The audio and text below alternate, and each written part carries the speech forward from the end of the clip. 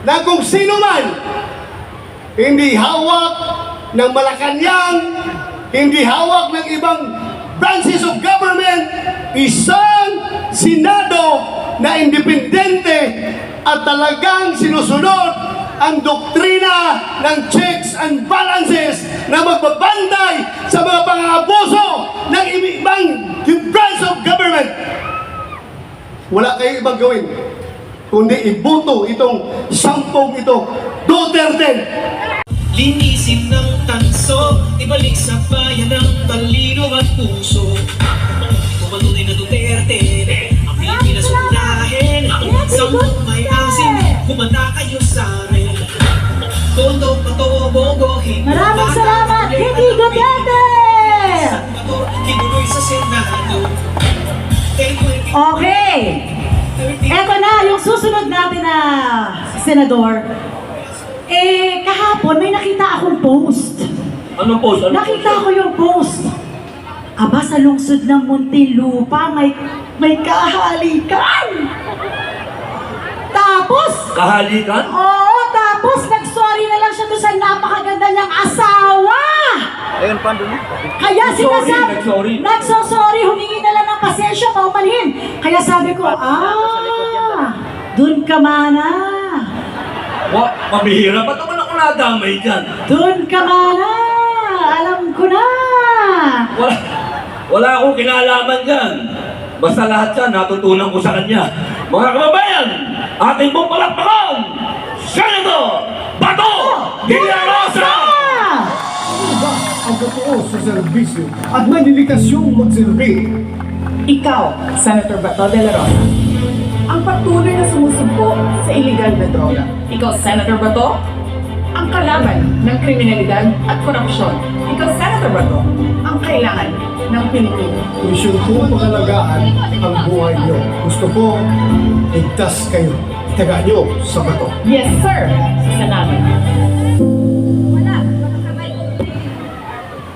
Babay ang lahat, kasama si Bato, siya ang magtatanggol, ingatan tayo.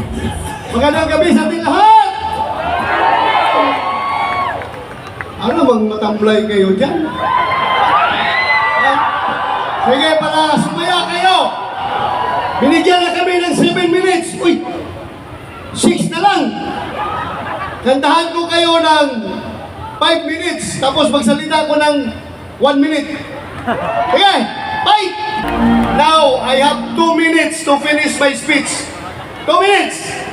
Isa lang ang sasabihin ko sa inyo. Kung gusto ninyo na magkakaroon kayo ng Senado na hindi hawak sa liig, hindi hawak sa ilang, na kung sino man hindi hawak ng Malacanang, hindi hawak ng ibang branches of government, isang Senado na independente at talagang sinusunod ang doktrina ng checks and balances na magbabantay sa mga pang-aabuso ng ibang branch of government. Wala kayong ibang gawin kundi iboto itong sampung ito, Duterte. Yun lang, wala na akong ibang sabihin sa inyo. Yun lang! Yun lang ang aking pakiusap sa inyo. Huwag niyong kalimutan. Pag kayo'y pupunta, Duterte! Duterte! Duterte! Sa Lunes, pagpunta ninyo sa presinto, isipin nyo palagi. Huwag nyong isipin, pagboto nyo, kung sino yung congressman, sino yung mayor na nagbigay sa inyo ng ayuda. Kalimutan nyo yun! Pira ninyo yun! Ang isipin ninyo sa Lunes, pagboto ninyo, ang kinabukasan ng ating bansa.